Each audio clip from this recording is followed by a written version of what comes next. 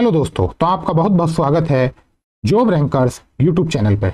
जैसे कि आप जानते हैं, मेरा नाम है अमन डिसूजा और मैं जो हूं आपको यहाँ पे पढ़ा रहा हूं रिमाइंडर।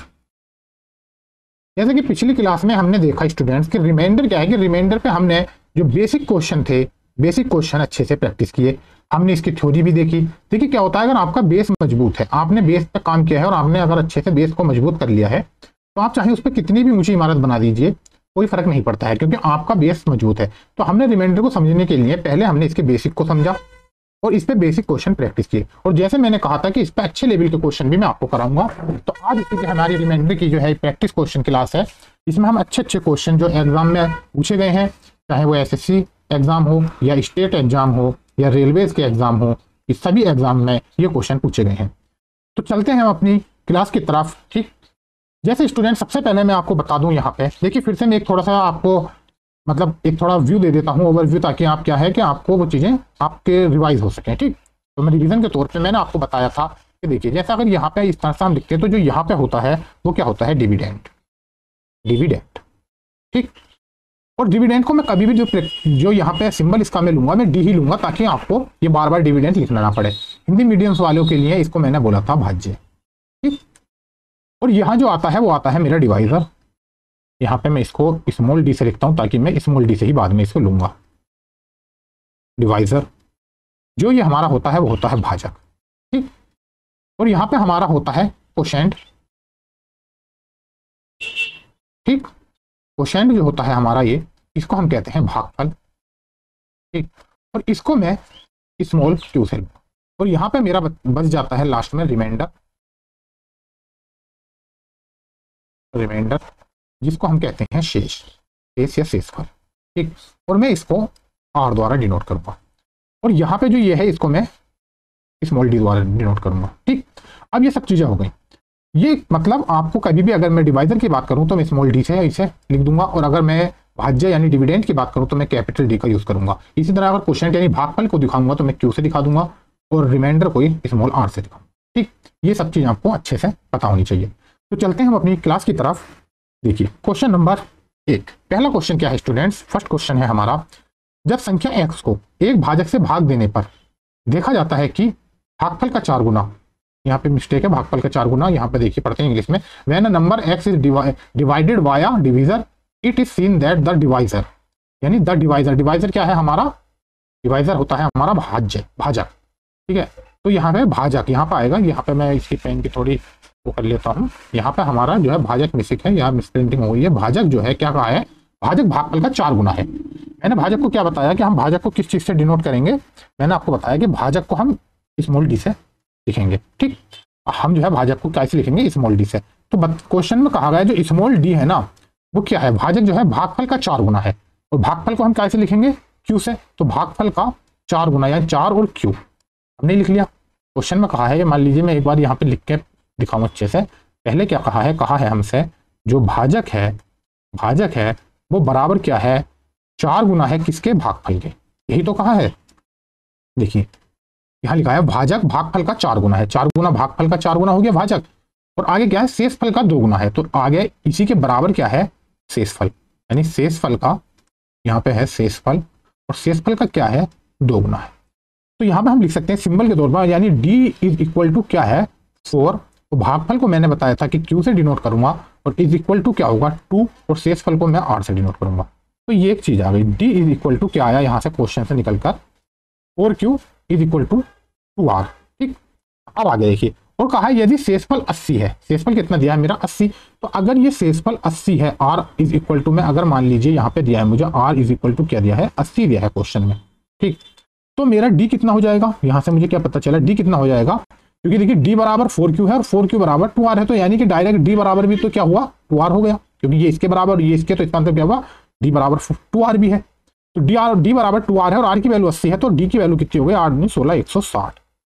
r की वैल्यू, d की वैल्यू कितनी हो गई, 160, यानी मेरे भाजक की वैल्यू निकल आई है। अब जब भाजक की वैल्यू स्टूडेंट्स यहाँ से निकल आई, तो यहाँ से क्वोशिएंट यानी भागफल की वैल्यू भी निकल जाएगी। क्यों, क्योंकि देखिए मैं यहाँ पे फिर लिखता हूँ, क्योंकि मुझे पता है कि d बराबर क्या है, 4q, और d की वैल्यू आ गई 160, 4 क्यू की वैल्यू मुझे यहाँ से निकालनी है, तो क्यू की वैल्यू कितनी आ जाएगी, 4 चौक 16 यानी 40। क्यू की वैल्यू कितनी आ गई, 40। तो पता क्या चला स्टूडेंट्स यहाँ से, ये पता ये चला कि मुझे क्यू की वैल्यू भी पता चल गई, मुझे डी की और मुझे आर की वैल्यू भी पता चल गई। ठीक, तो मैंने आपको पिछली प्रैक्टिस क्लास में एक फॉर्मूला बताया था। फॉर्मूला मेरा क्या होता है, यहाँ पे मैं फिर से इस स्लाइड पे एक बार और लिख देता हूँ।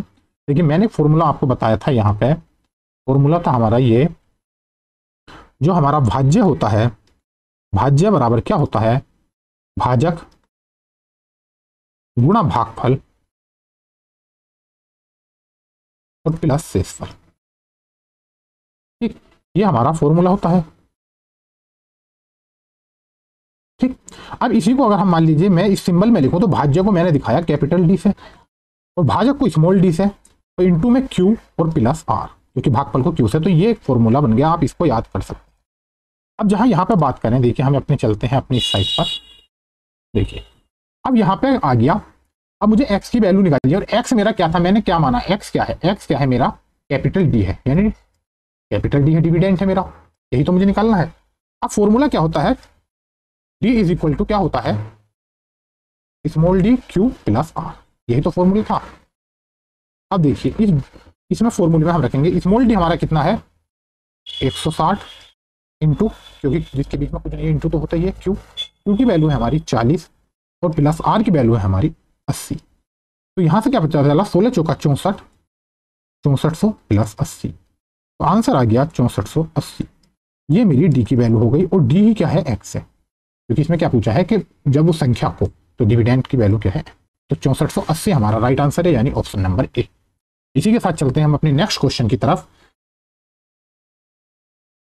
अब जैसे देखिए ये क्वेश्चन है, किसी संख्या को जब 555 प्लस 445 के योगफल से विभाजित किया जाता है, मैंने क्या बताया, जिस चीज से हम विभाजित करते हैं उसे क्या कहते हैं, हम कैसे दिखाते हैं, डिनोट करते हैं स्मॉल डी से। तो हमें स्मॉल डी से विभाजित करा रहा है किससे, 555 प्लस 445, 445 के योग से, यानी 1000 से। तो हमारी डी की वैल्यू 1000 होगी, क्योंकि इतने के और इतने के योग से ही तो हमसे कह रहा है विभाजित किया जाता है, और किसी संख्या को विभाजित किया जाता है, तो भागफल इन दोनों संख्याओं के अंतर का दुगुना।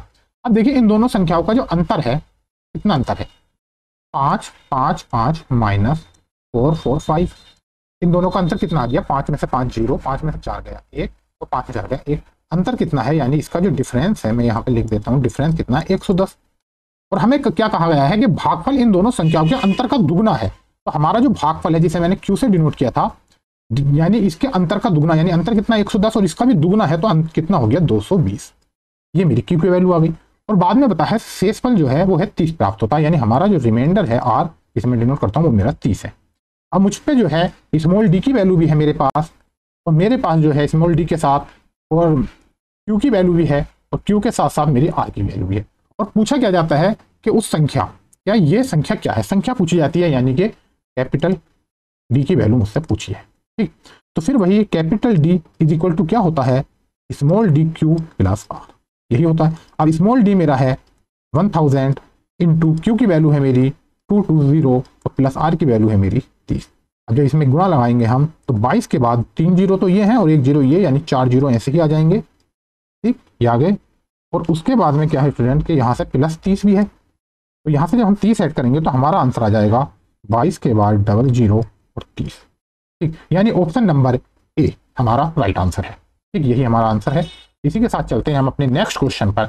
देखिए नेक्स्ट क्वेश्चन क्या है, नेक्स्ट क्वेश्चन में कहा गया है कि एक कोई विद्यार्थी है, ठीक, एक विद्यार्थी को एक संख्या को 6 से भाग देकर भागफल में 12 जोड़ने को कहा गया। ठीक है, ये कोई संख्या है, उस संख्या को क्या कहा, उस संख्या को 6 से भाग देना कहा, और भागफल जो आए उसमें 12 जोड़ने को कहा गया। लेकिन उसने पहले संख्या में 12 जोड़ा और फिर उस 6 से भाग कर दिया गलती से, तो उत्तर के रूप में 112 प्राप्त हुआ। तो सही उत्तर क्या होना चाहिए था अगर वो पहली वाली कंडीशन करता। जैसे मान लीजिए मैंने एक संख्या ले ली, मैं मान लेता हूं वो संख्या x है। ठीक है, एक संख्या x है। ठीक, अब इस संख्या x के साथ क्या करने को कहा था कि एक संख्या, विद्यार्थी को एक संख्या, जो कि संख्या मैंने मान लीजिए x मान ली, उसे 6 से भाग देखने कहा, तो मैंने इसे 6 से भाग दे दिया, मान लीजिए मैंने 6 से भाग दे दिया। अब जो ये भागफल आया, ये जो इसे भागफल, जो भी ये भागफल आया, तो जब भागफल जो आगा, कुछ भी भागफल आगा, वो क्या होगा हमारा, मान लीजिए वो क्या होगा, मान लीजिए वो भागफल हमारा क्यू आगा, क्योंकि इसे जब 6 से भाग देंगे तो हमारा क्या आएगा, क्यू आगा। क्वेश्चन में भागफल को क्यू से दिखाता हूँ। और इस क्यू में ये जो हमारा क्यू है, इस क्यू में बाद में क्या कहा कि इसमें 12 जोड़ा गया। क्यू में क्या किया कि 12 जोड़ दिया, 12 जोड़ने को कहा गया। लेकिन उस स्टूडेंट से, ये तो है फर्स्ट कंडीशन, करने ऐसे बोला था कि संख्या को 6 से भाग दो, जो कोशेंट आए उसमें 12 जोड़ दो, मैंने 12 जोड़ दिया। लेकिन उसने किया क्या, ये सेकंड कंडीशन, उसने किया, उसने पहले संख्या में पहले 12 जोड़ दिया। ठीक है, यहां 12 जोड़ दिया, 12 जोड़ दिया उसने यहाँ पे। ठीक, और फिर क्या कहा, इस 12 जोड़ने के बाद उसने 6 से भाग दे दिया। ठीक, भाग दे दिया। तो जो आंसर आया ये क्या लिख रहा है कि उसने पहले संख्या में 12 जोड़ा और फिर 6 से विभाजित किया, तो उत्तर के रूप में 112 प्राप्त हुआ। ये जो प्राप्त हुआ 112 प्राप्त हुआ। ठीक, अब जब 112 हुआ तो यहां से हम इसकी कैलकुलेशन करेंगे। ठीक, कैलकुलेशन, इसकी क्रॉस मल्टीप्लाई करेंगे तो 6, यहाँ पे कुछ नहीं है, इसके बटे में 1 तो होता ही है, मैं बेसिक चीजों को लेकर चल रहा हूं। अब x प्लस 12 यहाँ पे आ गया, x plus 12 is equal to, जब 6 की इधर मल्टीप्लाई होगी तो 6 दूनी 12 का 2 हासिल लगा 1, 6 का ना 6 और 1 7 का 7 हासिल लगा 1, 6 का ना 6, यहाँ पे हासिल नहीं क्योंकि 112 छक्कर 672। ठीक, अब यहाँ से x की वैल्यू जब हम निकालेंगे तो ये उधर जाके 12 कम हो जाएगा, तो 660 हमारा राइट आंसर हो जाएगा। ठीक, कितना राइट आंसर हो जाएगा, 660। ठीक, अब मेरी x की वैल्यू मुझे निकल चुकी है, यानी वो संख्या मेरे पास आ चुकी है। सही है।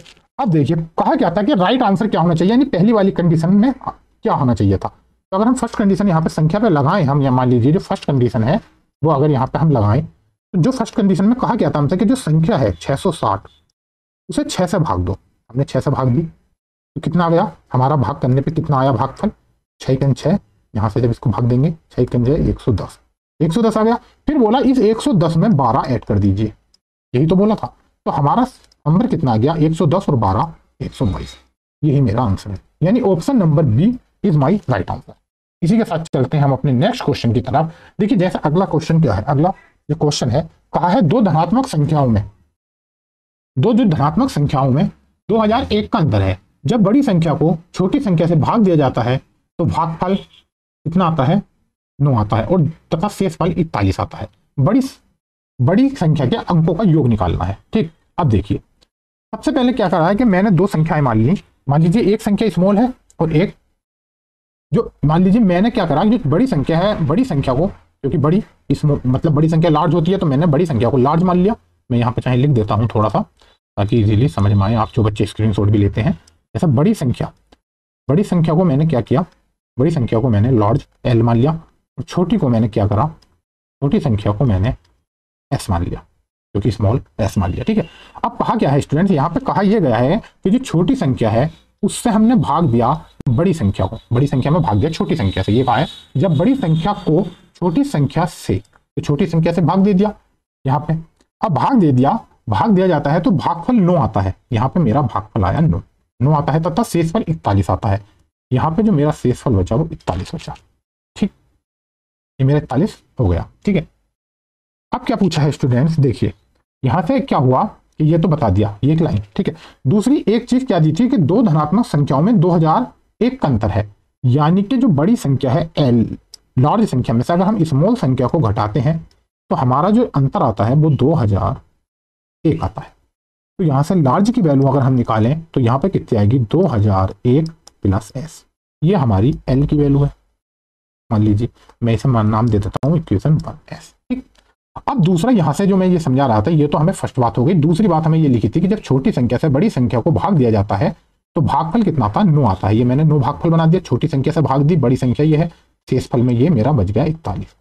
अब देखिए ये जो मेरा डिविडेंड ये कैसा बनता है, मैंने पिछली बार भी बताया था कि जो डिविडेंड बनता है यानी एल जो बनेगा वो कैसा बनेगा, जब हम 9 की गुणा एस से करेंगे स्मॉल तो प्लस 41 जोड़ेंगे, ये हो गया। इसी तरह से तो आता है बीच वाला कैसा आता है, ये जो बीच में लिखा रहता है ये कैसा आता है, इन दोनों की मल्टीप्लाई करते हैं हम और प्लस में क्या करते हैं, यहाँ से जो आता है उसका प्लस ऐड कर देते हैं। तो मैंने यही तो करा, 9 की गुणा यहाँ एस से कर दिया प्लस 41, तब मेरा बराबर एल आ गया। अब ये मान लीजिए मैंने इसको नाम दे दिया 2। अब देखिए समीकरण 1 और समीकरण दोनों में एल लिखे हैं, तो एल की वैल्यू बराबर रख दें, क्योंकि एल की वैल्यू इतनी भी है, यहाँ से मैं पेन चेंज करता हूँ, और एल की वैल्यू मेरी इतनी भी है।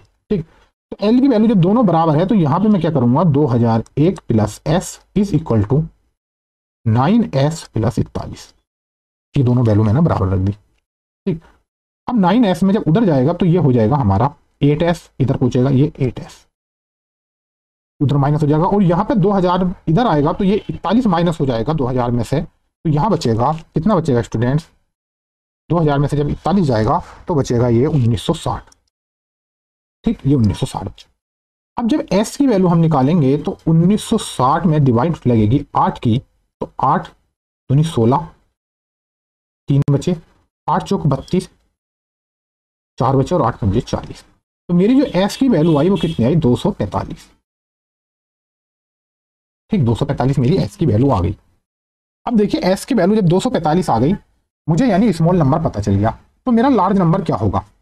जब मुझे स्मॉल नंबर यहाँ से पता चल गया तो मेरा देखिए लार्ज नंबर क्या होगा, क्योंकि लार्ज नंबर क्या है, 2001 प्लस s, 2001 प्लस s। तो लार्ज नंबर क्या है मेरा, यहाँ पे पहले ही मैंने देखा है, इस क्वेश्चन फर्स्ट में लिख रहा है 2001 प्लस s। अब s ये है, तो लार्ज नंबर कितना आ गया, 2001 प्लस s यानी 245। जब इसको देखा तो लार्ज नंबर मेरा यहाँ से निकल कर आता है 2246, 2246, क्योंकि 2001 प्लस 245 2246।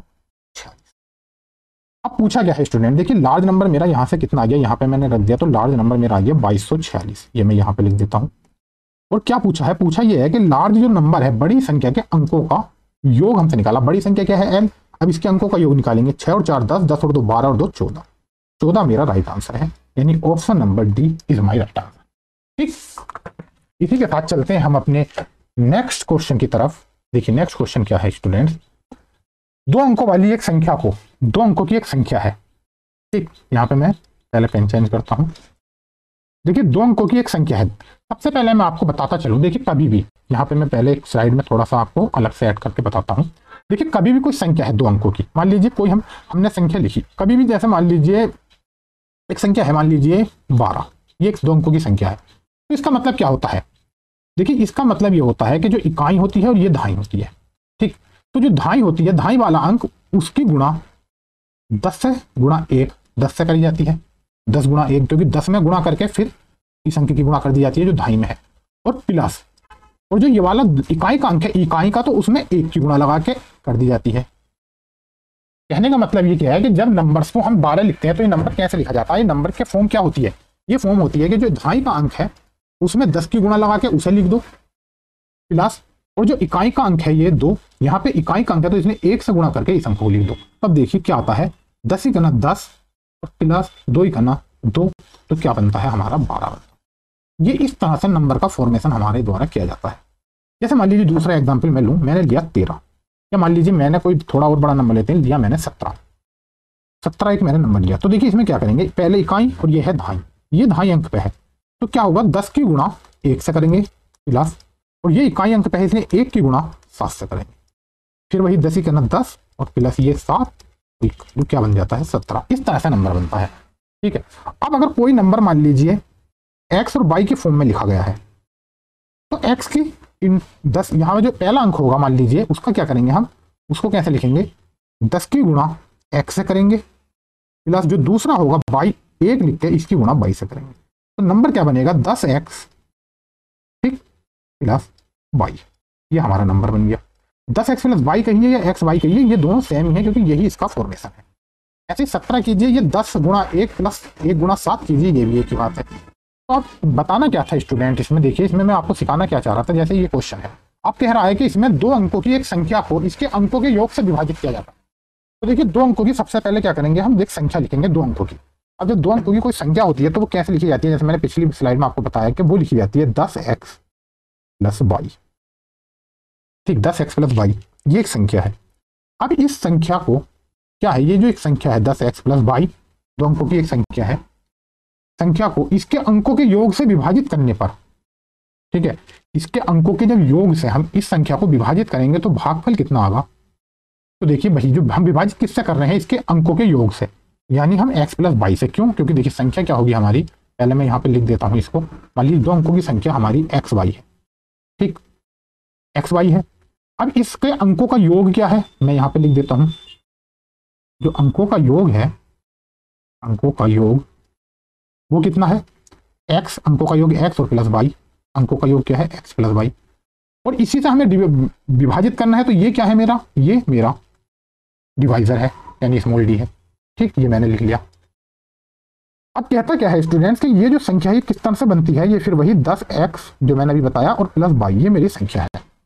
अब इस संख्या को कह रहा है कि जब x प्लस वाई यानी अंकों के योग से विभाजित करते हैं तो भागफल 6 आता है और शेषफल 3 आता है। तो मैंने क्या बताया कि जिससे d से हम डिवाइड करते हैं, अगर उसमें जो भागफल है 6 की गुणा करके प्लस 3 यानी शेषफल ऐड कर दे तो वो मेरा क्या बनता है, कैपिटल डी, यानी वो संख्या बन जाती है, संख्या आती है।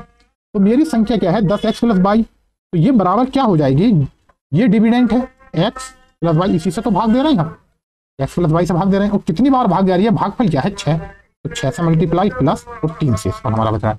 यही तो है, देखिए डिविडेंट इनटू, यानी ये कैपिटल डी स्मॉल डी है, तो ये जो है ये हमारा भागफल, ये कोसेंट है यानी q है, और प्लस 3 ये क्या है r, और ये जो संख्या बनी ये क्या बनी, ये मेरी डी बनी। ये फॉर्मूले में हो गया। अब देखिए इसे यहाँ से हम सोल्व कर लेंगे। सोल्व करने पर हमें क्या आएगा, यहाँ पे आएगा 10x plus Y is equal to 6 के अंदर गुणा होगी तो 6x plus 6y is plus 3। अब 6x उधर जाके 4x बचेगा, क्योंकि 10 में से 6, 10x में से इधर आएगा माइनस में आएगा 6, तो 4x बचेगा। इधर y है और इधर देखिए 6y इधर जाएगा तो माइनस में जाएगा 6y, और 6y माइनस का होगा और ये y, तो ये हो जाएगा माइनस का 5y। ठीक, ये माइनस का 5y और इज इक्वल टू क्या बचेगा, 3 बचेगा। ये मेरी मान लीजिए इक्वेशन फर्स्ट होगी। अब दूसरा क्या कह रहा है स्टूडेंट, दूसरी उसमें क्या कहता है, देखिए दूसरी बार क्या कहता है कि अगर इसके अंकों को, यदि अंकों के क्रम को उलटने पर, अगर अंकों के क्रम को हम उलट दें, यानी कि सेकंड कंडीशन यहाँ पे क्या है, ये तो मैंने फर्स्ट कंडीशन ली है यहाँ पे, और ये क्या है कि अगर सेकंड कंडीशन संख्या एक्स बाई ना होकर बाई एक्स हो जाए, तो मेरी संख्या क्या बनेगी 10 बाई, क्योंकि इस बार बाधाएं पे बाई है तो 10 से गुणा करेंगे प्लस एक्स, ये मेरी संख्या बन जाएगी। और क्या कहा है कि जब संख्या को उलट जाए तो अंकों के योग से, फिर से वही अंकों के योग से विभाजित करने पर भागफल तो 4 आएगा।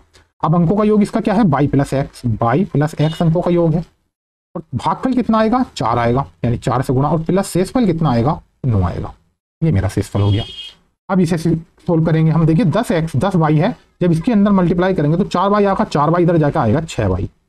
ठीक, x है 4x है, इधर आएगा तो माइनस का 3x आ जाएगा, और इज इक्वल टू क्या आएगा, यहाँ 9 आएगा। ये समीकरण मेरी 2 हो गई। ठीक, अब देखिए क्या है स्टूडेंट, समीकरण जो 1 है, यहाँ पे मैं लिखता चलूँ, समीकरण 1 और समीकरण 2 को सोल्व करने पर क्या होगा, समीकरण 1 को सोल्व और समीकरण 2 को सोल्व कैसे करेंगे, तो देखिए समीकरण 1 को पहले हम क्या करेंगे, जैसे मैं लिख दूँ यहाँ समीकरण 1 लिखता हूँ, 4x यहाँ पे 4x minus 5y is equal to 3 है, ये समीकरण 1 है। समीकरण 2 क्या है, समीकरण 2 है मेरी, देखिए 6y minus 3x is equal to 9, ये क्या है कि ये समीकरण 2 है।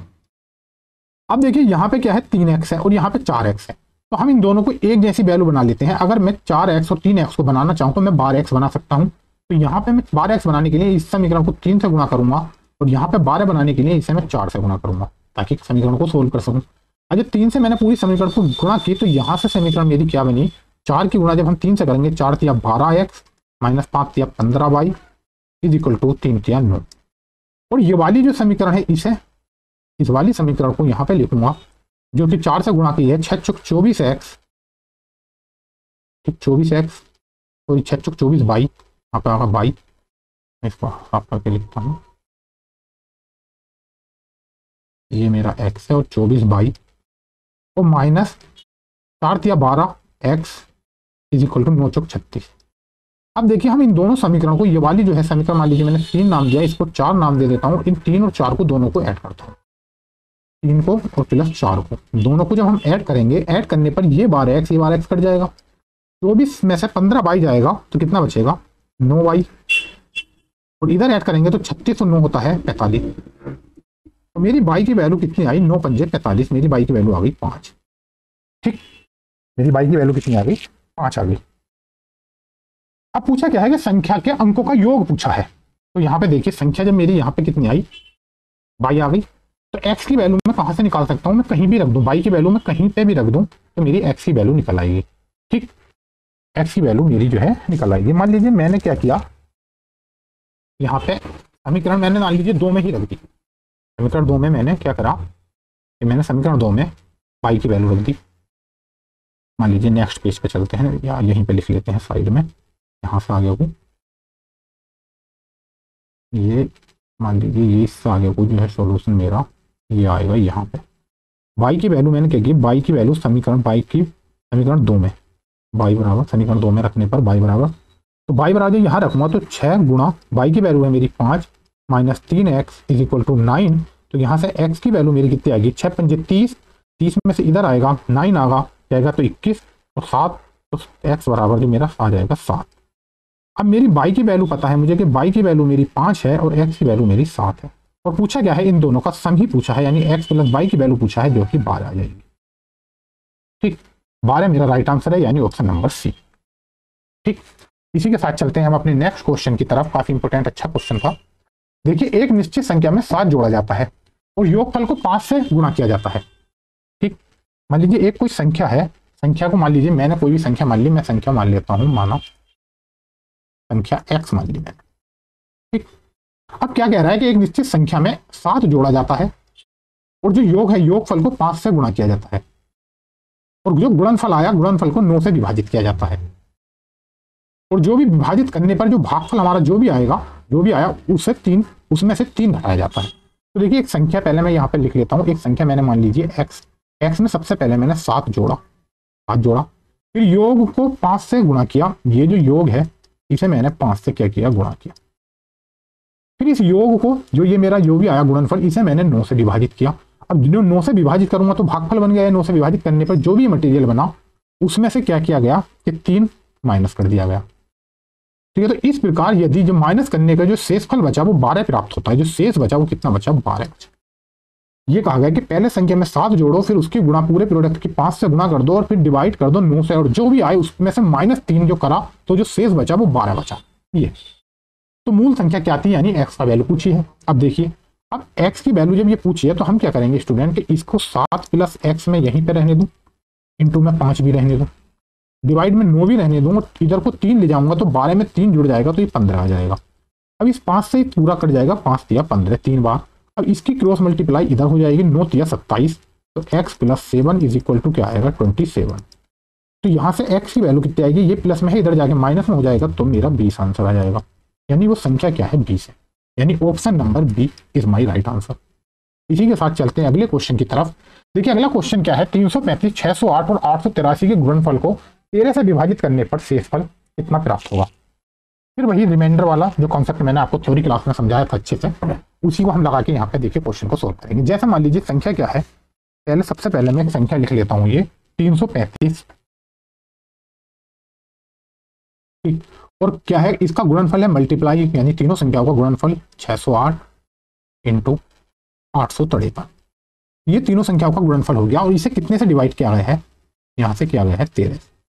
अब देखिए 13 से जब डिवाइड करेंगे तो यहाँ पे हमारा क्या फायदा होगा, जो मैंने आपको निगेटिव वाला वो रिमाइंडर बताया था, निगेटिव रिमाइंडर का जो प्रॉफिट है वो आपको यहाँ पे मिलेगा। देखिए कैसे, जब आप इसे 13 से डिवाइड करेंगे यहाँ से, तो यहाँ पे 13 दिया, देखिए यहाँ पे क्या बचेगा, यहाँ 13 माइनस का जो भी होगा वो माइनस का रिमाइंडर ही बचेगा। क्यों, क्योंकि देखिए इसलिए बचेगा क्योंकि मैं इसे ज्यादा पे लेके जाऊंगा। 13 दिया, 13 होगा 13 दूनी 26, 2 बार चला गया, यहाँ पे बचा 7, 13 छंग 78, तो यहाँ पे 78 पे लेके जबकि बन रहा था 75, तो मेरा रिमाइंडर बचा यहाँ से 3। ठीक, और यहाँ पे फिर देखिए यहाँ पे मैं जब काटूंगा इसे तो 13 दूनी 26, 13 चौका 52, यहाँ 52 के बाद बचा 8, 88 हो गया, 13 छंग 78, 13 सत्ते 91। ठीक है, 91, तो 88 से 91 कितना ज्यादा होगा, यहाँ भी 3, तो यहाँ भी मेरा 3 रिमाइंडर बचा। फिर मैं इसे देखूंगा यहाँ पे कितना बचेगा, 13 पंजे 13 छंग 78, 13 छंग 78, यहाँ बचा 7, 7 यहाँ हो गया, 13 छंग 78 बन रहा है 73, तो यहाँ से बचा रिमाइंडर मेरा 5। ये मेरे रिमाइंडर बचे। अब -3 इंटू -5, ये मेरा रेट बचा, तो डिवाइड मेरा 13 से चली गई है यहाँ पे मान लीजिए, तो 3 3 9 9 पंजे 45, माइनस का 45 मेरा ये आ गया और डिवाइड 13। ठीक, अब मैंने ये बात आपको पहले बताई थी स्टूडेंट्स कि यहाँ पे देखिए, अब जब मैं इसको डिवाइड और करूंगा, यहाँ पे मैं और डिवाइड करूंगा, 13 तिया होते हैं 39, 13 तिया 39 से डिवाइड करूंगा तो आर हमारा जो रिमाइंडर यहाँ बचेगा, अब कितना बचेगा, रिमाइंडर बचेगा -6। यदि इसको मैं जब डिवाइड करूंगा तो यहाँ पे कितना बचेगा, 6 रिमाइंडर माइनस का। और मैंने पहले ही बताया था कि रिमाइंडर माइनस में नहीं होता, तो जब रिमाइंडर मेरा अब ये क्या है कि ये छोटा है, फिर वही मैंने बताया था कि अगर कभी भी हमारा अंश जो है, अंश क्या हो, छोटा हो, हर्ष है, तो जो रिमाइंडर होता है वो क्या होता है, रिमाइंडर ही अंश हो जाता है। अब रिमाइंडर यहाँ से मेरा जो रिमाइंडर आया वो कितना आया यहाँ से, क्योंकि यहाँ छोटा है 6 माइनस का 6, लेकिन रिमाइंडर कभी भी माइनस में नहीं होता, तो रिमाइंडर में पॉजिटिव करने के लिए -6 में क्या जोड़ देंगे, हम हर जोड़ देंगे, यानी 13 जोड़ देंगे। कभी भी अगर माइनस में रिमाइंडर आ जाए उसमें हर जोड़ दीजिए जो कि नीचे होता है। तो आर की वैल्यू कितनी आ गई, 6 में से जब हम 13 में से 6 जाएगा तो ये 7, पॉजिटिव रिमाइंडर मेरा कितना बचा 7, और यही मेरा पूछा है कि शेषफल क्या प्राप्त होगा, यानी 7, ऑप्शन नंबर डी यही मेरा राइट आंसर है। इसी के साथ चलते हैं हम अपने नेक्स्ट क्वेश्चन की तरफ। देखिए नेक्स्ट क्वेश्चन क्या है, जब एक बड़ी सी संख्या दी है, इस संख्या को 12 से विभाजित किया जाता है तो रिमाइंडर क्या बचता है। ठीक है, देखिए रिमाइंडर क्या बचता है, रिमाइंडर क्या बचता है, मैं यहाँ पे पहले संख्या लिख लेता हूं ताकि आपको अच्छे से समझ में आए। देखिए संख्या क्या है, 1 4 3 3 1 4 3 3 इंटू 1 4 2 2 इंटू 1 4 2 5। ठीक, और ये डिवाइड किया हमने कितने से, 12 से। ठीक, ये हमने डिवाइड कर दिया।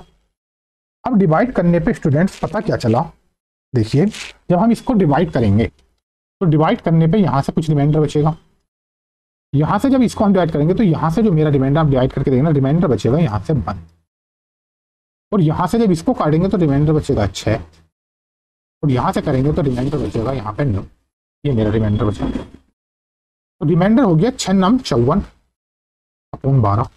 अब फिर देखिए 12 चौक 48, 48, तो यहाँ रिमाइंडर बचा मेरा, जो रिमाइंडर आ गया वो 12 चौक 48 में ये 6 मेरा क्या आ गया, रिमाइंडर आ गया, यानी option number D is my right answer. इसी के साथ चलते हैं हम अगले क्वेश्चन की तरफ। देखिए अगले क्वेश्चन में क्या है, एक संख्या n को 6 से विभाजित करने पर जो शेषफल बचता है वो 2 शेषफल बचता है। फिर वही बात, देखिए मैंने पिछली भी आपको थ्योरी क्लास में बताया था कि कभी भी, देखिए फिर से मैं समझा रहा हूँ अच्छे से, कि एक संख्या n है और n से काय से डिवाइड कर रहे हैं, n से हम किस चीज से डिवाइड कर रहे हैं, हम 6 से डिवाइड कर रहे हैं, और फिर आगे शेषफल कितना बच रहा है, 2 बच रहा है, और आगे कह रहा है कि फिर से डिवाइड किससे कर रहे हैं, 6 से, यानी यहाँ भी 6 से ही हमने डिवाइड किया और यहाँ भी हम 6 से ही डिवाइड कर रहे हैं।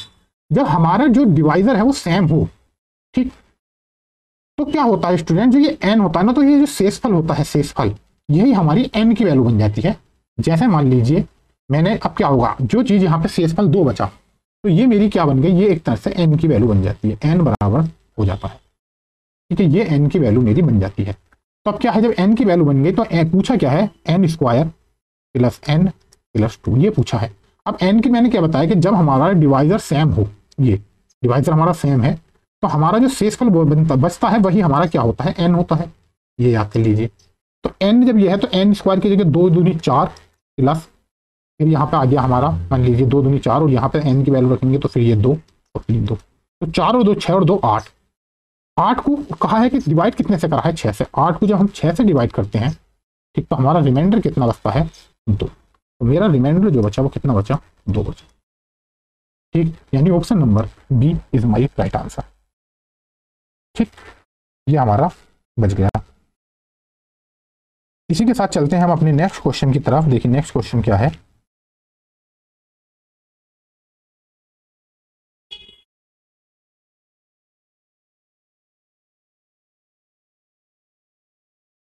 देखिए एक संख्या, यदि एक संख्या को 899 से विभाजित किया जाता है तो शेष 63 बचता है, यदि उसी संख्या को कितने से, 29 से।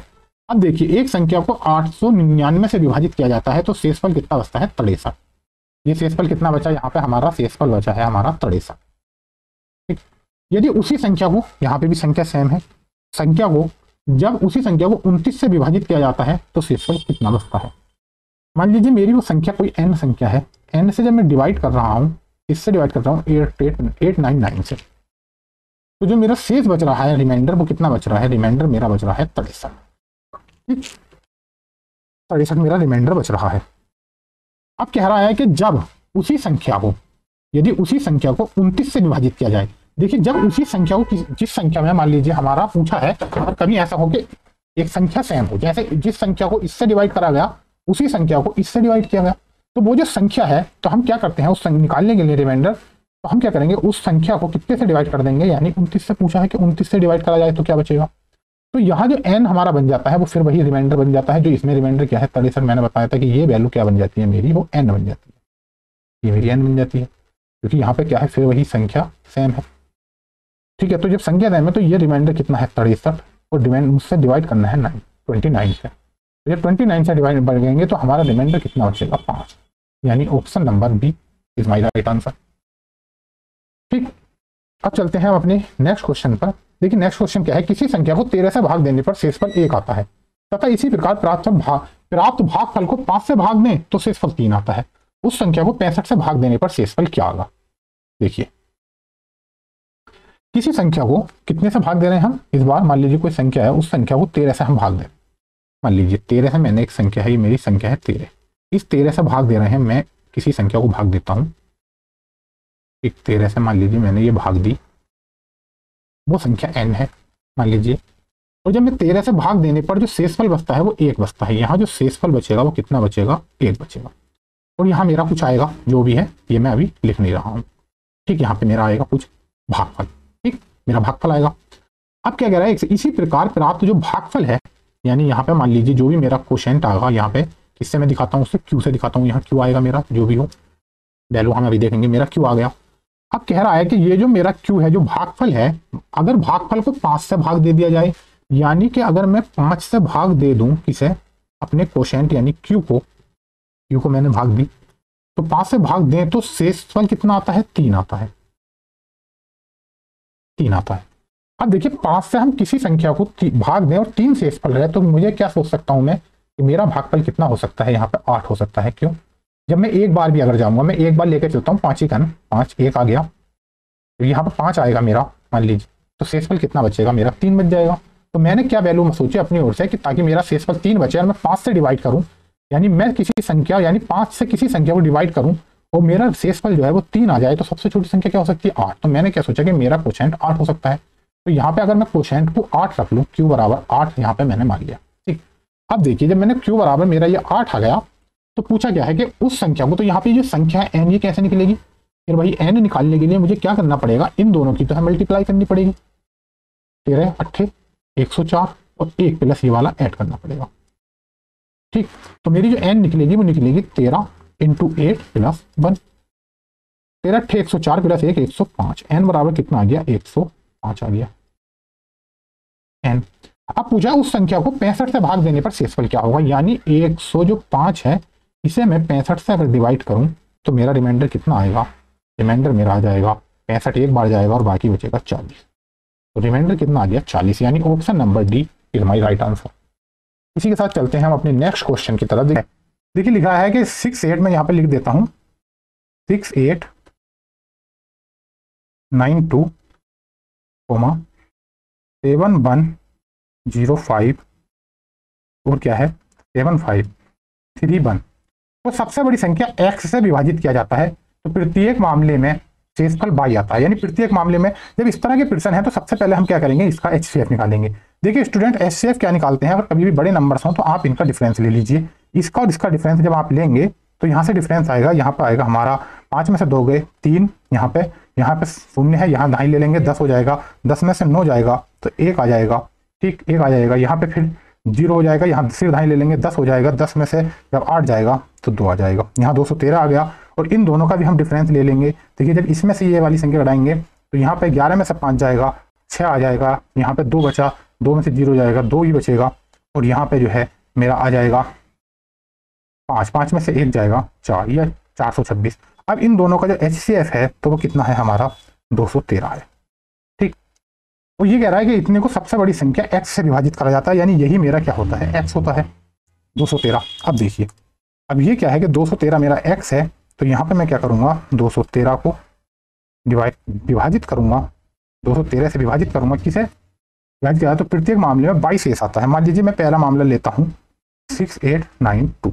ठीक, यहाँ इससे विभाजित किया तो पहली बार हम जब पहली बार विभाजित करेंगे तो 3 बार जाएगा।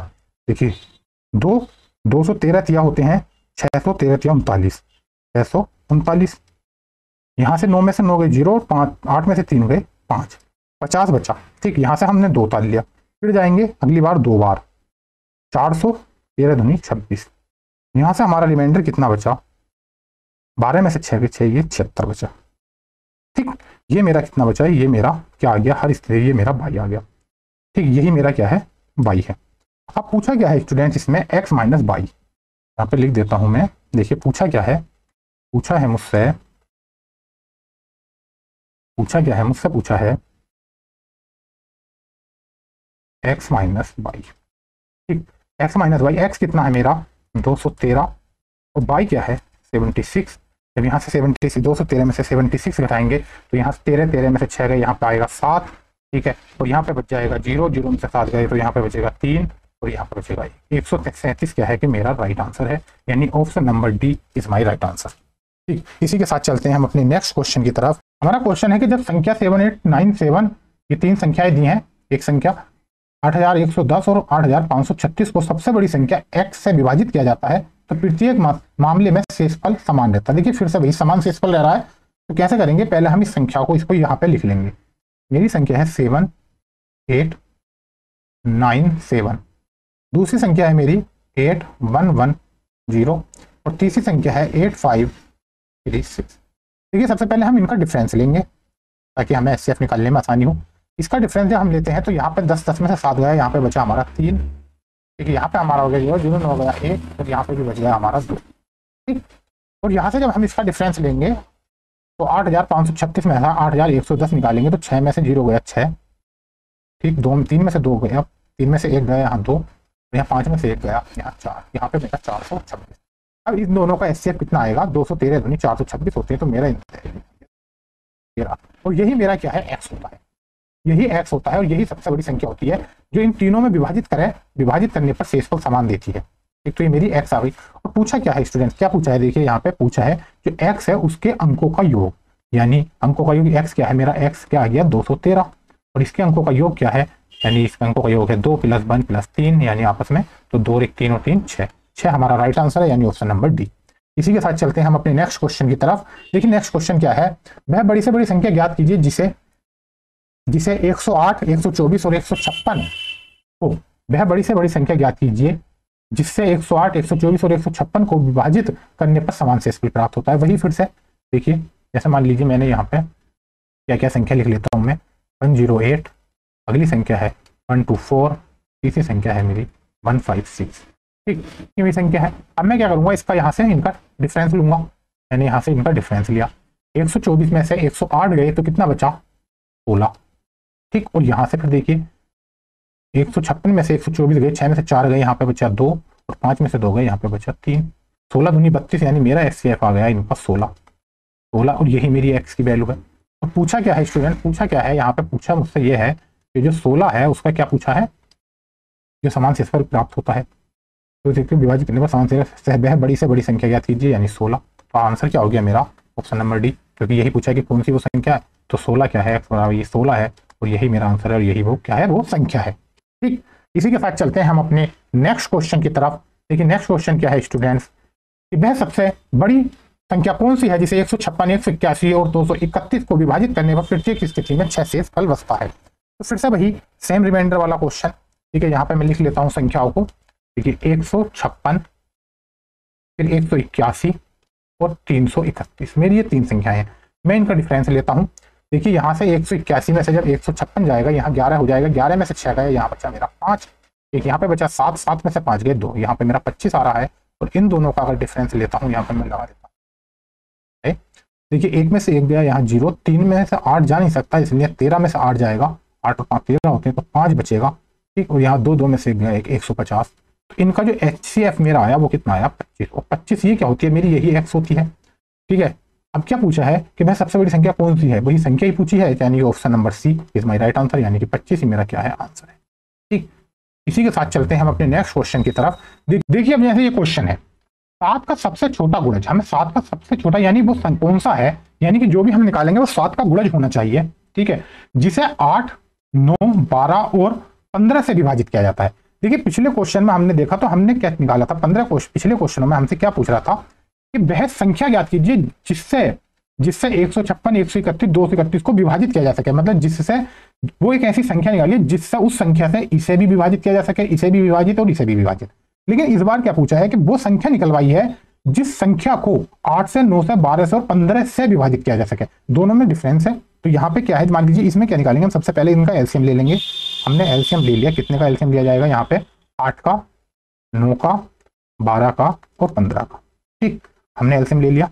अब देखिए इसका एलसीएम कितना आएगा स्टूडेंट्स, यहाँ पे मैं एलसीएम लिख देता हूँ। अगर 15 15 दाई 15 और 12 120 तो ये हो गया 360, मेरा एलसीएम 360। ठीक है, 360 एलसीएम आ गया। अभी फिलहाल बस पैटर्न देखेंगे, अगर जिन बच्चों को एलसीएम या एचसीएफ लेने में कोई भी प्रॉब्लम होती है तो हम एलसीएम और एचसीएफ की अलग से वीडियो बनाएंगे, उसमें अच्छे से सीख लेना। फिलहाल ये है कि सबसे पहले नंबर्स का एलसीएम ले लेंगे। एलसीएम आ गया हमारा 360। ठीक है, अब देखिए वो नंबर क्या होगा। अब 360 से वो नंबर कंप्लीटली डिवाइड हो रहा होगा और कंप्लीटली डिवाइड होने के बाद में हमारा 5 शेष बच रहा होगा। तो वो जो नंबर होगा वो नंबर मान लीजिए जिसे हमें डिवाइड करना है, यानी कि वो नंबर जब 8 से भी डिवाइड है, वो 9 से भी और 12 से भी और 15 से भी विभाजित कर रहे हैं, तो वो नंबर 360 से भी विभाजित होगा और उसके बाद में 5 शेष बचेगा। तो विभाजित होने के बाद में 360 से मान लीजिए हम उसे विभाजित करते हैं, तो मान लीजिए वो क्यू टाइम यानी कोसाइन क्यू होता है, क्यू टाइम जाता है और क्यू टाइम जाने के बाद भी 5 शेष रह जाता है।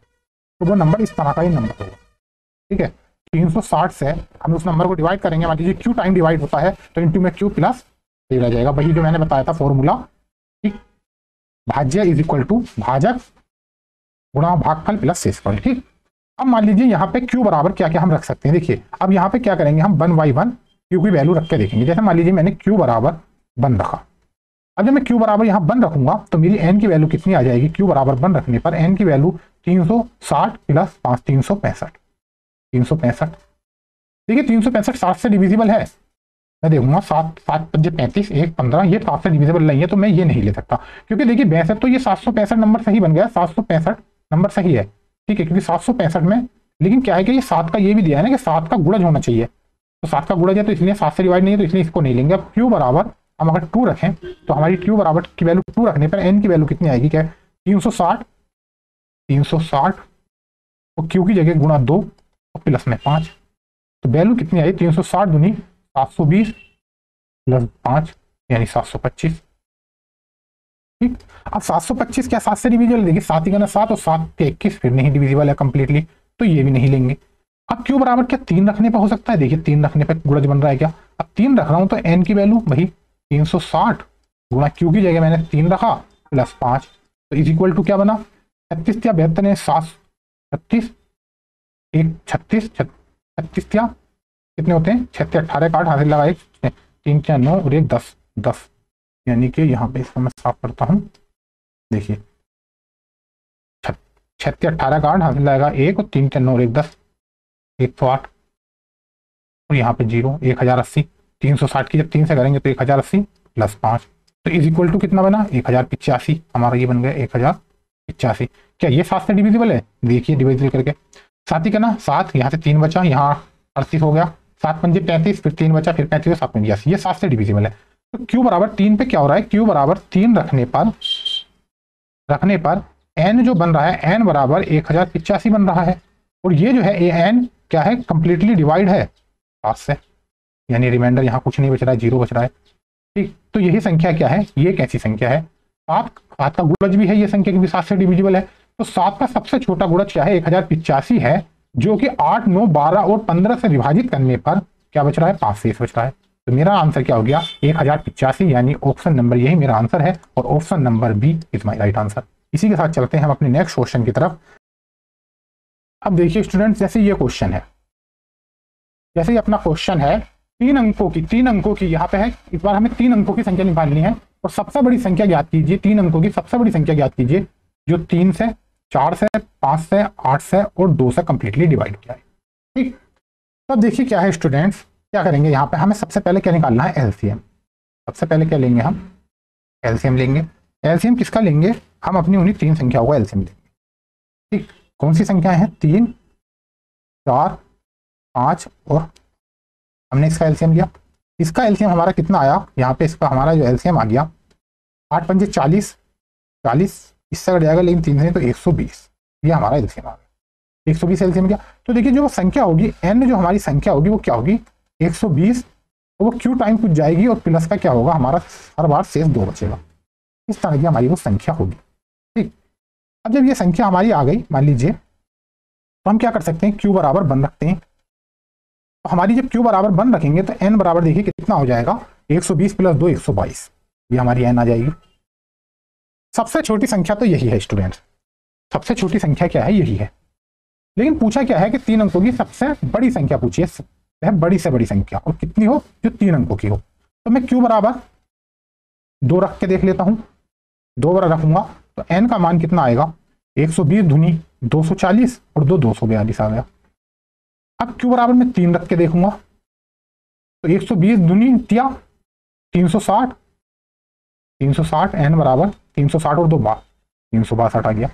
इसी हिसाब से मैं 1 बाई 1 रख के चलूंगा आगे। मैंने मान लीजिए यहाँ पे q बराबर 6 रख के देखता हूँ तो n की वैल्यू कितनी आ गई, 72, 720 प्लस 2 कितना गया, 722। ठीक, अब मैं q बराबर मान लीजिए 8 रख के देखो, 8 रख के देखता हूँ तो n की वैल्यू कितनी आ गई, 12 के 96, 960 प्लस 2 कितना गया, 962।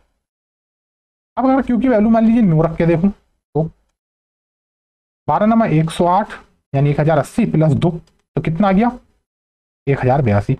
लेकिन ये नहीं होगी, क्यों, क्योंकि ये 4 अंक की है, 4 अंक की है। यहाँ पे मैं पेन चेंज कर लेता हूं, देखिए ये क्या है, ये 4 अंक की है, 4 अंक की, तो इसलिए क्या होगा, इसको हम नहीं लेंगे 4 अंक की। मुझे लेनी है 3 अंक की और सबसे बड़ी, तो 3 अंक की और सबसे बड़ी क्या है, यही है, क्योंकि इससे पहले यही है, यानी 962।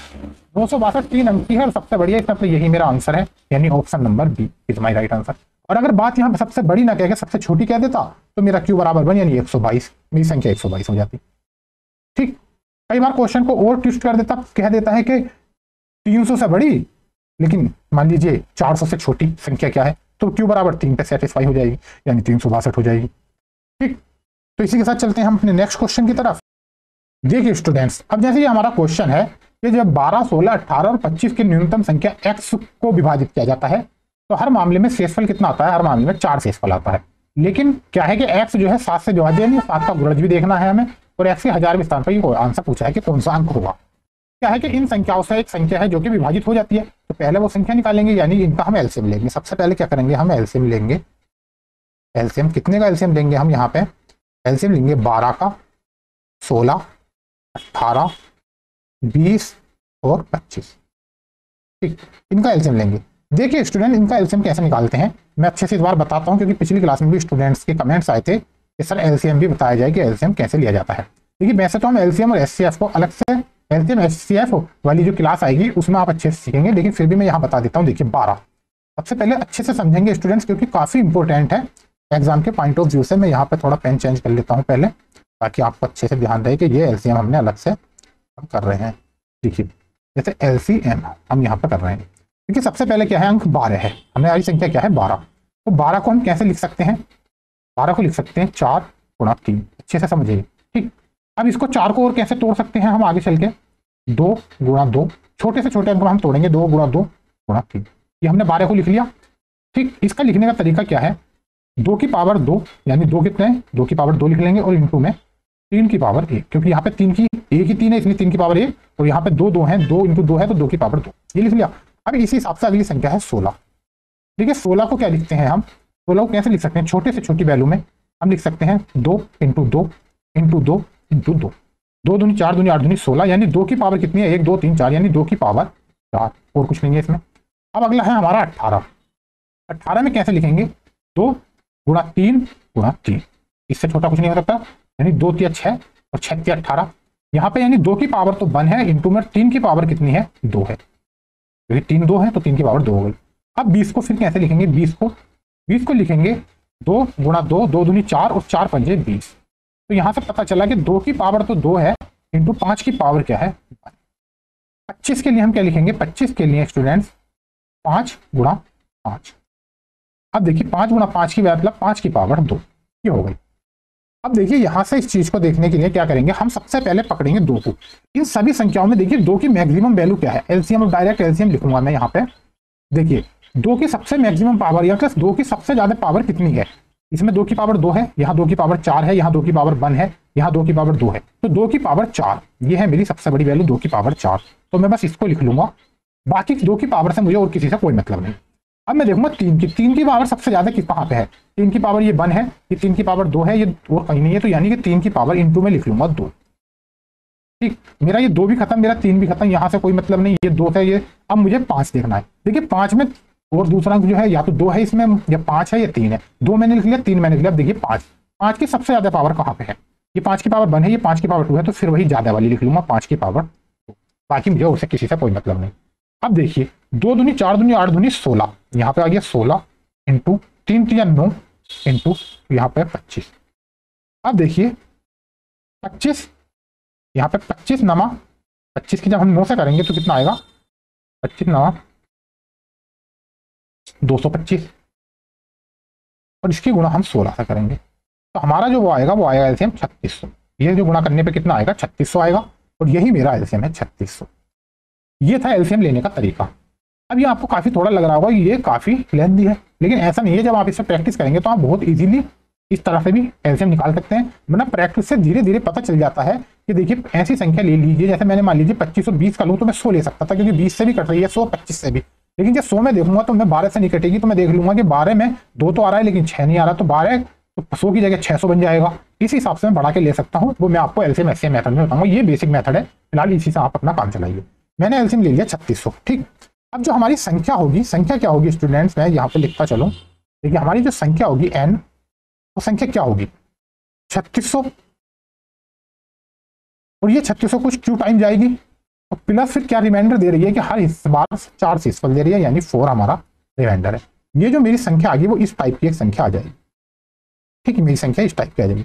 अब देखिए कह रहा है कि एक्स जो है, ये जो एक्स है या एन जो है, जो भी मान लीजिए वो क्या है कि एक्स मान लीजिए या एन मान लीजिए, कोई बात नहीं है, इसे एक्स भी रख सकते हैं। ये बात देखिए वो 7 का गुणज हो, तो क्यू बराबर मैं 1 रखने पर देखता हूँ। क्यू बराबर अगर मैं 1 रखता हूँ तो 3600 कहीं 3600 प्लस 4 3604, 3604 मेरा वैल्यू होगा।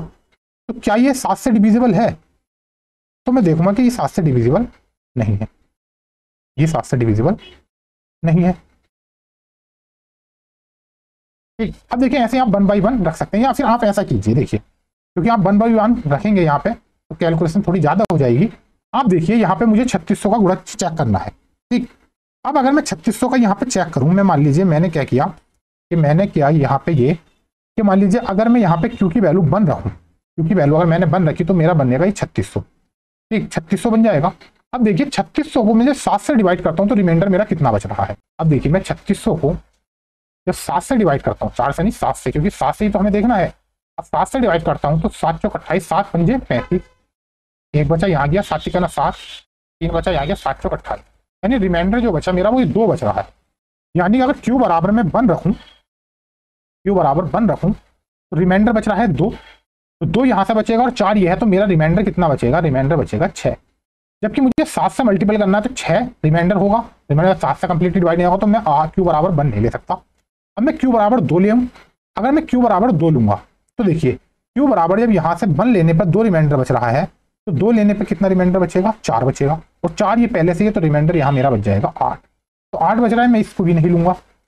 अब क्या होगा स्टूडेंट, यहाँ पे क्यू बराबर अगर मैं 3 ले लूँ, यहाँ पे मैंने अगर मान लीजिए 3 ले लिया, ठीक है, तो 3 पे मेरा रिमाइंडर यहाँ से बचेगा 6, और 4 ये है तो रिमाइंडर यहाँ बचेगा मेरा 10। तो मैं ये भी 7 से डिवाइड नहीं है रिमाइंडर, क्योंकि ये जो रिमाइंडर है ऐसे हमें लेना है जहाँ पे 7 से डिवाइड हो जाए, तो ये भी नहीं ले सकता। अब मैं क्यू बराबर अगर 4 लूँ, 4 लूँ, ठीक है, 2 लेने पे मेरा रिमाइंडर, 1 लेने पे 2 रिमाइंडर बचता है, तो 4 लेने पे मेरा रिमाइंडर बचेगा 8, और 4 ये बच रहा है, तो रिमाइंडर यहाँ से मेरा बचेगा 12। तो क्या 12 डिवाइड है 7 से, ये भी नहीं है, तो मैं ये भी नहीं ले सकता। अब क्यू बराबर 5 लेता हूँ, क्या 5 लेने पे अगर 1 लेने पे 2 रिमाइंडर है तो 5 लेने पे 10, और 10 और 4 ये है, तो यहाँ से रिमाइंडर मेरा कितना बचेगा 14। और अगर रिमाइंडर 14 बच भी जाएगा तो कोई फर्क नहीं पड़ेगा, क्यों, क्योंकि 14 भी मेरा 7 से डिवाइड हो जाएगा, तो यानी 7 से कंप्लीटली डिवाइड हो जाएगा। तो मेरा यहाँ से पता चला कि रिमाइंडर 14 ही बच गया, और अगर रिमाइंडर 14 बच भी जाता है तो वो 7 से फिर दोबारा से डिवाइड हो जाएगा, यानी रिमाइंडर कुछ नहीं बचेगा, वो 7 का गुणज निकल आएगा। तो कितना, क्यू बराबर 5 रखने पर मेरी वैल्यू सेटिस्फाई हो रही है। तो मेरा जो नंबर आगा वो नंबर मेरा क्या आगा स्टूडेंट्स, मेरा नंबर आगा 3600, और क्यू की जगह मैं देखूंगा इंटू 5 प्लस 4। ये जो नंबर होगा मेरा ये 7 से कंप्लीटली डिवाइड होगा, यानी 7 का गुणज होगा, ठीक। अब देखिए 5 0 0 5 0 0 5 6 30 का 0 हासिल लगे 3, 5 या 15 16 17 18, 18,000 और प्लस में ये 4 है, वैल्यू मेरी बनी 18,004। ये अब पूछा है कि एक्स के, ये जो एक्स की वैल्यू है एक्स कही है या एन कही है, मैं यहीं पे चलिए एन लिख देता हूँ इसे, ताकि थोड़ा कंफ्यूजन ना रहे। यहाँ पे मैं इसको मिटान के, क्योंकि सवाल में एन दे दिया है, वैसे आप कुछ भी ले सकते हैं। मान लीजिए ये एक्स है, तो यहाँ पे जो मेरा एक्स की वैल्यू आई, ये जो मेरी एक्स की वैल्यू आई, ये यहाँ पे बराबर आ गई, और ये बराबर 28। अब एक्स के 1000वें स्थान पर कौन सा अंक होगा, यानी इकाई ढाई, सैकड़ा, हजार। 1000वें स्थान पे क्या है? 8 है, और 8 क्या है? मेरा राइट आंसर है, यानी ऑप्शन नंबर बी। ठीक, इसी के साथ चलते हैं हम अपने नेक्स्ट क्वेश्चन की तरफ। देखिए नेक्स्ट क्वेश्चन क्या है हमारा स्टूडेंट्स, नेक्स्ट क्वेश्चन है हमारा ये, जब कोई संख्या क्रमिक रूप से 3, 4 और 7 से विभाजित होती है तो प्राप्त जो शेषफल होता है वो क्रम से 2, 3 और 5 होते हैं। जब उसी संख्या को 84 से विभाजित करते हैं तो शेषफल क्या होगा? ठीक, अब देखिए सवाल क्या है इसमें, बहुत अच्छा, बहुत मजेदार, बहुत अच्छा प्यारा सा क्वेश्चन है। इसे देखिए अच्छे से करेंगे हम, इसे समझेंगे। देखिए सबसे पहले मैं इसके लिए एक मतलब मेथड बताता हूँ आपको, सक्सेसिव डिवीजन। मैं यहाँ पर लिख देता हूँ, एक अलग से मैं बना देता हूँ स्लाइड, ताकि आपको पहले इसे समझने में आसानी हो जाए। यहाँ पे मैं एक ब्लैंक पेपर हम ले लेते हैं। देखिए इस तरह के क्वेश्चन को करने के लिए सक्सेसिव डिवीजन, ठीक, सक्सेसिव डिवीजन को समझने के लिए पहले हम क्या करते हैं स्टूडेंट, जैसे मान लीजिए क्या होता है, कई बार इस तरह से क्वेश्चन आता है कि किन्हीं 3 संख्या को, जैसे इस वाले क्वेश्चन में दिया है, हम क्रमिक रूप से 3, 4 और 7 से विभाजित करते हैं तो शेषफल 2, 3 और 5 आता है। ठीक, ऐसे मान लीजिए कि हमने क्या किया कि हमने जो डिवाइड किया वो कितने से किया? क्रमिक रूप से लगातार, मान लीजिए 2, 3 और 5 से हमने डिवाइड किया। ये क्या है? हमारा डिवाइजर है। और यहाँ पे मान लीजिए हमारा रिमाइंडर बचता है आर, वो क्या है? रिमाइंडर क्रमिक रूप से क्या आता है? 1, 2 और 1। मान लीजिए ये हमारा 1, 2, 1 हमारा रिमाइंडर आता है। ठीक, तो देखिए करेंगे क्या स्टूडेंट, करते क्या है इसमें कि सबसे पहले क्या करते हैं हम, कभी भी इस तरह के क्वेश्चन को करने के लिए क्या करते हैं कि यहाँ पे हम क्या करते हैं, इसमें यहाँ पे कुछ नहीं है, ऐसा मान लीजिए यहाँ पे शून्य है, शून्य है। यहाँ पे जो अंक होता है कुछ भी, यहाँ पे मान लीजिए कुछ नहीं है, शून्य है। इसकी हम मल्टीप्लाई करते हैं 5 शून्य शून्य, और इसमें ये प्लस कर देते हैं, तो हमारा नंबर बन जाता है 1। यहाँ पे हमारा आ गया 1, 5 0 0 0 में 1 जोड़ा 1। ठीक, फिर क्या करेंगे, 3 का ना 3, फिर वही 3 का 3, 3 में ये जोड़ देंगे 2, तो यहाँ बन जाएगा 5। 5 में फिर यहाँ पे इसकी गुणा कर देंगे, 5 दूनी 10, और 10 में ये 1 जोड़ देंगे 11, तो हमारा जो नंबर आ गया वो 11 आ गया। इस तरह से हम ये नंबर निकाल लेते हैं। ये होता है सक्सेसिव डिवीजन। अब देखिए जैसे अगले क्वेश्चन में, हम अगले क्वेश्चन की तरफ चलते हैं। जैसे मान लीजिए क्वेश्चन है और क्या है कि 3, 4 और 7 को मैं यहाँ पे लिख देता हूँ, 3, 4 और 7। ये क्या है हमारे? ये है हमारे डिवाइजर। और रिमाइंडर के रूप में क्या बचता है स्टूडेंट? यहाँ पे रिमाइंडर है, रिमाइंडर के रूप में हमें क्या मिलता है? 2, 3 और 5 मिलता है। ठीक, 2, 3 और 5 मिलता है। तो भाई यहाँ पे शून्य, पहले इसकी मल्टीप्लाई करेंगे, 7 0 0 प्लस ऐड कर देंगे 5, ये वाला ऐड कर देंगे, 7 0 0 प्लस 5, यहाँ पर आ गया मेरा 5। इसकी मल्टीप्लाई करेंगे, 5 चौक 20, 20 आ गया, 20 में ये प्लस ऐड कर देंगे, 20 और 3 23, यहाँ पे मेरा बन गया 23। अब फिर 23 की गुणा करेंगे, 3 से 23 क्या 69, और जो आगा उसमें ये प्लस कर देंगे, 69 और 2 71, यानी मेरा जो नंबर आ गया वो 71 आ गया। अब कह रहा है कि ये नंबर निकालने के लिए डायरेक्ट, तो एक तरह से इसे ठीक कह दीजिए, एक मेथड कीजिए, क्योंकि इसका लॉन्ग प्रोसेस काफी लेंदी हो जाता है, इसलिए हम इसी को इस तरह के क्वेश्चन को सोल्व करने के लिए इस्तेमाल करते हैं। तो मेरा नंबर क्या आ गया? नंबर आ गया मेरा 71। ठीक, अब क्या कह रहा है, आगे कह रहा है कि इस 71 को 84 से विभाजित करते हैं तो शेष क्या आगा? देखिए 71 को अगर 84 से मैं डिवाइड करूं तो शेष कितना आगा? वही जो मैंने पहले बताया था, मैं हमेशा से बता रहा हूं शुरू से ही, कि अंश अगर छोटा है, हर्ष है, तो क्या होगा? रिमाइंडर जो होता है वो क्या हो जाता है? अंश हो जाता है। अब यहाँ पे अंश जो है ये मेरा अंश होता है, ठीक, और ये छोटा है कितने से? इससे हर्ष है, तो मेरा जो रिमाइंडर आएगा वो कितना आएगा? अंश आ जाएगा, यानी 71 ही आ जाएगा। तो option number A is my right answer, यही मेरा राइट आंसर है। इसी के साथ चलते हैं हम अपने नेक्स्ट क्वेश्चन की तरफ। देखिए जैसे ही हमारा क्वेश्चन है, जब धनात्मक संख्या x, y और z को 31 से भाग दिया जाता है तो शेषफल क्रम से 17, 24 और 27 होते हैं। जब 4x - 2y + 3z को 31 से भाग दिया जाता है तो शेषफल क्या होगा? वही पिछले वाले क्वेश्चन की तरह, जैसे कि मान लीजिए जो पिछला क्वेश्चन हमने 2-3 स्लाइड पहले किया था, मैंने बताया था जब डिवाइजर सेम हो। यहाँ पे भी 31 से भाग दे रहा है, यहाँ पे भी देखिए, यहाँ पे लिखते हैं जब मैं x को डिवाइड कर रहा हूँ 31 से, तो मेरा रिमाइंडर क्या बच रहा है? तो मेरा रिमाइंडर क्या बच रहा है? क्या बच रहा है? रिमाइंडर मेरा बच रहा है 17। ठीक, और जब मैं y को 31 से भाग दे रहा हूं तो मेरा रिमाइंडर कितना बच रहा है? रिमाइंडर बच रहा है मेरा 24। रिमाइंडर कितना बच रहा है यहाँ पे? 24। और जब मैं z को 31 से भाग दे रहा हूं तो मेरा रिमाइंडर कितना बच रहा है? यहाँ पे 27। अब आपने एक चीज मैंने आपको बताई थी स्टूडेंट्स, कि जब कभी भी अगर डिवाइजर सेम हो, यानी यहाँ भी 31 से भाग दे रहा है, यहाँ भी 31 से ही भाग दे रहा हो, तो जो उसमें n जो होती है, हमारा रिमाइंडर ही n बन रहा था। अब यहाँ पे रिमाइंडर कितना है 17, और यहाँ पे नंबर जो है x है, तो ये ही मेरा क्या बन जाएगा, x बन जाएगा, और ये मेरा y बन जाएगा, और ये मेरा क्या बन जाएगा, z बन जाएगा, क्योंकि मैं यहाँ पे डिवाइजर सेम है तीनों में, तो ये मेरे x y z बन गए। अब पूछा क्या है, पूछा है 4x minus 2y plus 3z, यही पूछा है ना दोस्तों। अब क्या है, इसको 31 से डिवाइड करना है। तो देखिए 4 इंटू एक्स की जगह कितना है 17, माइनस 2 इंटू वाई की जगह कितना है 24, प्लस 3 इंटू जेड की जगह कितना है 27, और डिवाइडेड बाई 31। अब देखिए 17 चौका 68 माइनस 24 दूनी 48 प्लस 27 दिया 81, डिवाइडेड बाई 31। अब जब इसको कैलकुलेट आपस में हम जोड़ेंगे तो देखिए कैसा होगा, 8 में से 8 गया यहाँ 0, और 6 में से 4 गया 2, यहाँ 20 बचा, 20 और 80 ये है 101 हो जाएगा। तो 101 में जब हम 31 डिवाइड करेंगे तो 31 दिया होते हैं, 31 दिया कितने होते हैं 93, 93 से 101 में रिमाइंडर कितना बच गया 8 मेरा रिमाइंडर बच गया। और यही पूछा है तो शेषफल कितना होगा 8 होगा, यानी option number B is my right answer. ठीक है, इसी के साथ चलते हैं हम अपने नेक्स्ट क्वेश्चन की तरफ। देखिए नेक्स्ट क्वेश्चन क्या है हमारा स्टूडेंट, नेक्स्ट क्वेश्चन है, जब धनात्मक संख्या ए बी और सी को 13 से भाग दिया जाता है तो शेषफल 9, 7 और 10 होते हैं। वही फिर पहले भी 13 से भाग दे रहा है, दोबारा भी 13 से, तो क्या होगा कि ए से ए को जब भाग देते हैं मान लीजिए 9 से 13 से, तो रिमाइंडर कितना बच रहा है, मेरा रिमाइंडर बच रहा है 9। ठीक, और जब बी को मैं 13 से भाग दे रहा हूँ तो मेरा रिमाइंडर कितना बच रहा है, रिमाइंडर यहाँ पे मेरा बच रहा है 7, और जब मैं सी को 13 से भाग दे रहा हूँ तो रिमाइंडर कितना बच रहा है 10। और मैंने बताया जब हमारा डिवाइजर सेम हो तो ये मेरी ए की वैल्यू जैसे n बन जाता था, ये मेरी बी की वैल्यू बन जाएगी, और ये मेरी क्या बन जाएगी, सी की वैल्यू बन जाएगी। और हमसे पूछा क्या है आंसर, हमसे पूछा है a plus 2b plus 5c upon 13। तो यहाँ पे a की जगह मैं क्या रखूंगा, a की जगह 9 प्लस b की जगह 7 रखूंगा तो 7 दूनी 14, और प्लस c की जगह 5 रखूंगा 10 रखूंगा तो 10 पंजे 50, और डिवाइड बाई 13, 10 और 50 और 14 64, 64 और 9 73, और डिवाइड बाय 13, 13 6 78 होते हैं, 13 पंजे 65, 65 में से तो रिमाइंडर कितना बचा, रिमाइंडर मेरा बचेगा 8। ठीक, रिमाइंडर मेरा कितना बचेगा, यहाँ से रिमाइंडर मुझे पता चल गया, मेरा रिमाइंडर जो बचेगा यहाँ से बचेगा रिमाइंडर 8, यानी option number D is my right answer.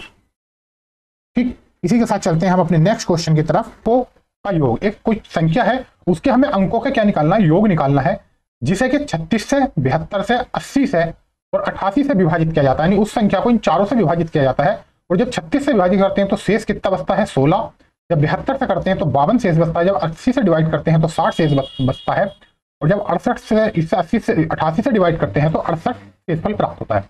तो देखिए हम सबसे पहले क्या करेंगे, देखिए इसको करने का तरीका क्या है स्टूडेंट्स, कि हमारी जो संख्या है मैं यहाँ पे पहले लिख लेता हूँ, जैसे मेरी संख्या है 36, दूसरा क्या है मेरा नंबर 72 है, तीसरी क्या है 80 है, और चौथी क्या है 88 है। ठीक, और यहां से जो हमारा ये बच रहा है क्या, जिसको हम कहते हैं रिमाइंडर, यहाँ पे 16 बच रहा है, यहाँ पे जब 72 से डिवाइड करते हैं तो 52 बचता है, जब 80 से डिवाइड करते हैं तो 60 बचता है, और जब 88 से डिवाइड करेंगे हम तो 68 बचता है, ये मेरा बच रहा है। ठीक, अब एक चीज देखिए, इस तरह के सवालों में आपको एक चीज कॉमन दिखाई देगी। कॉमन क्या है कि आप इनका डिफरेंस देखिए, यहां से मैं लिख देता हूं यहाँ पे डिफरेंस, 36 में 16 गए 20, यहाँ पे भी डिफरेंस कितना है 20 का, यहाँ 60 और 80 के बीच का डिफरेंस 20 का, 88 और 68 के बीच का डिफरेंस 20 का, ये सब 20-20 का डिफरेंस है। ठीक, हमें इस डिफरेंस का पता चल गया, तो आप क्या करेंगे, देखिए सबसे पहला जो स्टेप होगा हमारा वो क्या होगा, स्टेप हम निकालेंगे यहाँ पे एलसीएम। एलसीएम कितने का, एलसीएम 36, 72, 80, 88, इसका हम क्या निकालेंगे, एलसीएम निकाल लेंगे। ठीक, अब जब हम इसका एलसीएम निकालेंगे तो इसका एलसीएम स्टूडेंट्स आएगा 7920, ये मेरा इसका क्या आएगा, इतना एलसीएम आ जाएगा इसका।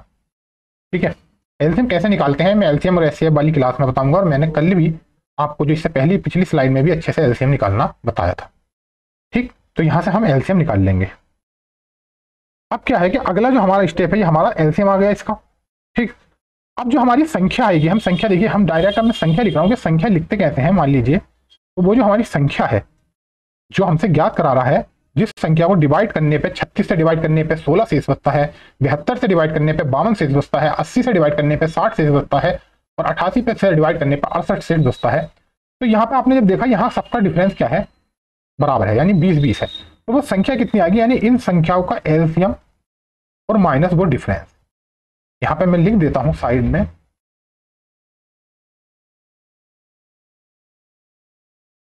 डिफरेंस। ठीक, डिफरेंस किस चीज का, जो हमारा डिवाइजर है और जो हमारा रिमाइंडर है। यहां पे इसमें से घटा दीजिए तो संख्या निकल आएगी और संख्या फिर बची 7900। अब पूछा क्या है, इस संख्या का क्या पूछा है, डिजिटल सम पूछा है हमसे। क्या पूछा है, डिजिटल सम, यानी अंकों का योग पूछा है। तो डिजिटल सम कितना हो गया, 9 7 16। 16 हमारा राइट आंसर है, यानी ऑप्शन नंबर डी। इसी के साथ चलते हैं हम अपने नेक्स्ट क्वेश्चन की तरफ। 77 की पावर 77 प्लस 77 को 78 से विभाजित किया जाता है तो शेषफल क्या हो। तो वही क्वेश्चन देखिए, जैसे मैं पहले प्रैक्टिस क्वेश्चन में भी काफी क्वेश्चन कराए हैं मैंने इस तरह से। तो देखिए 77 की पावर जो है वो क्या है, 77 है, पावर 77 है, प्लस 77 है और डिवाइड कितने से किया गया है, 78 से। अब देखिए जब हम आप यहां से इसको करेंगे, 77 से यहाँ पे करेंगे इसको डिवाइड, तो यहाँ कितना बचेगा, रिमाइंडर कितना आएगा, -1। ठीक है, और यहाँ भी -1 रिमाइंडर बच जाएगा जब इसको डिवाइड करेंगे 78 से। तो यहाँ पे तो -1, इसकी पावर कितनी आई, 77, और प्लस का यहाँ रिमाइंडर कितना आया, -1। ठीक, -1 आ गया और यहाँ कितना हो गया, ये फिर 78। अब -1 जब ये क्या है, 77 ये क्या है, ओड है, और जब -1 की पावर ओड होती है तो -1 ही रहता है। और यहाँ पे पहले से ही -1 एक और है और ये 78 हो गया, तो -2/78। तो रिमाइंडर कितना आ गया, मैंने कहा था कि जब भी, फिर वही बात, जब भी क्या हो, रिमाइंडर रिमाइंडर क्या हो, छोटा हो इससे हर्ष है, तो जो हमारा रिमाइंडर होता है वही क्या अंश हो जाता है, अंश ही हमारा क्या होता है, रिमाइंडर होता है। ठीक, अब यहाँ पे रिमाइंडर कितना आया है, -2। लेकिन मैंने आपको हर क्वेश्चन में ये बात बताई है अच्छे से कि हमारा रिमाइंडर कभी भी माइनस में नहीं होता, यानी जो रिमाइंडर है वो माइनस में नहीं होता है। तो हम पॉजिटिव रिमाइंडर बनाने के लिए क्या करेंगे स्टूडेंट्स, -2 में प्लस कर देंगे क्या, 78। तो यहाँ से जो हमारा रिमाइंडर निकला वो कितना आया, 76। ये हमारा रिमाइंडर आ गया और यही हमारा राइट आंसर है, यानी ऑप्शन नंबर सी। ठीक है स्टूडेंट्स, तो अब यहीं पे हमारी क्लास जो है हमारी यहीं पे समाप्त होती है। अगर आपको हमारी वीडियोस अच्छी लगती हैं और आपको बाकी में कुछ ये आपको हेल्प करती हैं आपकी स्टडी को बूस्ट करने के लिए, तो प्लीज़ चैनल को ज़्यादा से ज़्यादा सब्सक्राइब करें, वीडियोस को ज़्यादा से ज़्यादा लाइक करें और अपना कमेंट्स भी कमेंट्स बॉक्स में अवश्य करें। ठीक है, जैसा आप जानते हैं मेरा नाम है अमन डिसूजा। इसी के साथ क्लास को यहीं पे समाप्त करते हैं। जय हिंद, जय भारत।